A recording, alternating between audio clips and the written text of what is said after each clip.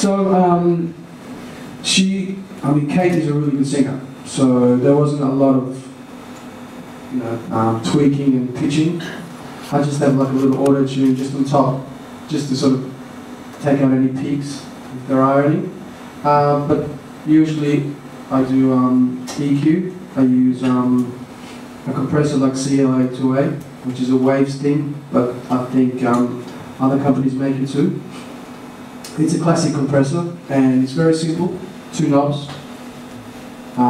peak reduction and gain, and some delay, some more EQ, and there's a bus which gives it reverb and delay as well. So I can just solo the vocal. You can just hear it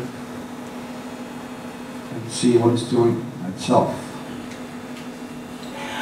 Watching the world from above the clouds, a beautiful high and I can't come down. Losing my senses out of space, state of mind you can't replace. Who would have thought the stars are true?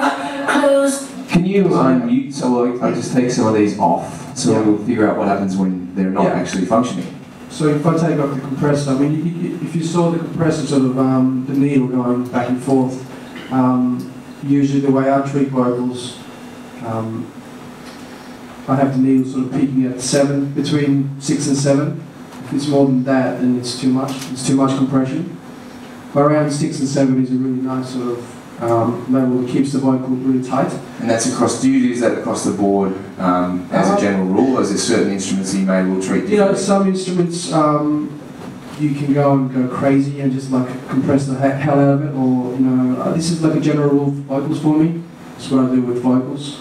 I keep them nice and tight with that setting. So I'll take that off. You might be able to hear some difference.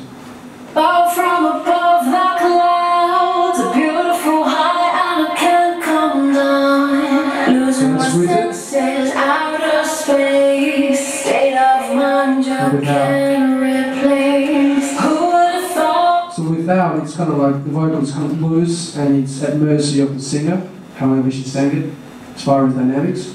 When you apply a compressor, you keep it controlled, and especially in dance music, it's really important to have that control. So that's the compression. I think compression and EQ is really important for vocals. In this case, as far as EQ, I like to use the waves EQ again. This is like an emulation of a Neve EQ, the VEQ3. So again, it's a classic piece of gear, and I EQ some of the sort of low beats around 220. Add some shine, and so it's important to do those 2 things. And delays, again, another waves. I just love waves. They're really good plugins, good quality plugins. So a bit of delay to give it that space and excitement. Otherwise it's too dry. So if you take that off, you can see like. Oh, from above the clouds, a beautiful high and I can't come down. Losing my senses out of space. Gives a nice saturation on top of that. Yeah, it just keeps it more interesting, and it makes it more dreamy. And again, you can do whatever you like. You can make it much more heavier on the delay, or even drier. Just depends.